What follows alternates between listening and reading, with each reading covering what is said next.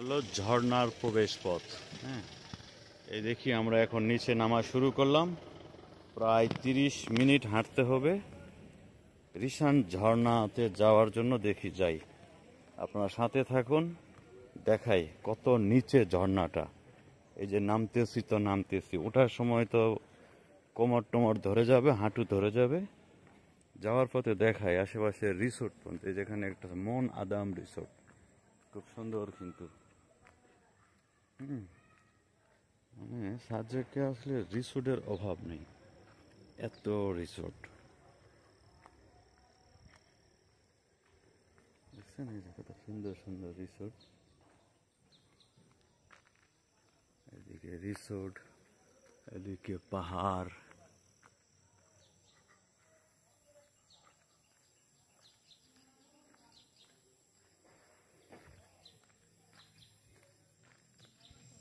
চলুন, এই নামতেছি তো নামতেছি।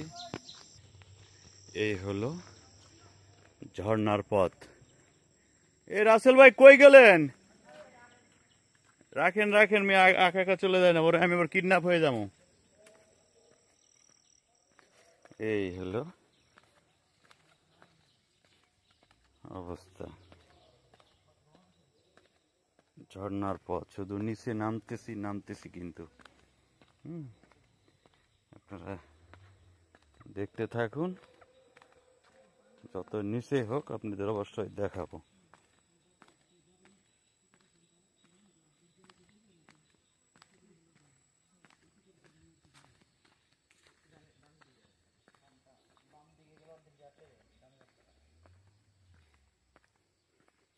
ঝর্ণার পথ দেখেন, ভুলে ভুলে আরেক দিকে হাঁটা শুরু করেন না।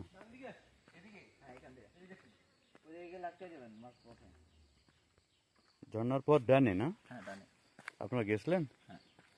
এই পানির বোতলটা কি করলেন ভাই? রাসেল ভাই, পানির বোতলটা কি করলেন?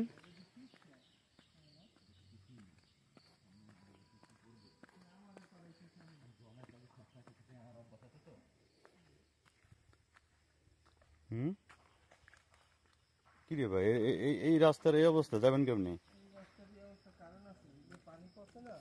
হুম, তো এই রাস্তার এই অবস্থা যাইতে পারবেন তো? মারাত্মক অবস্থা তো।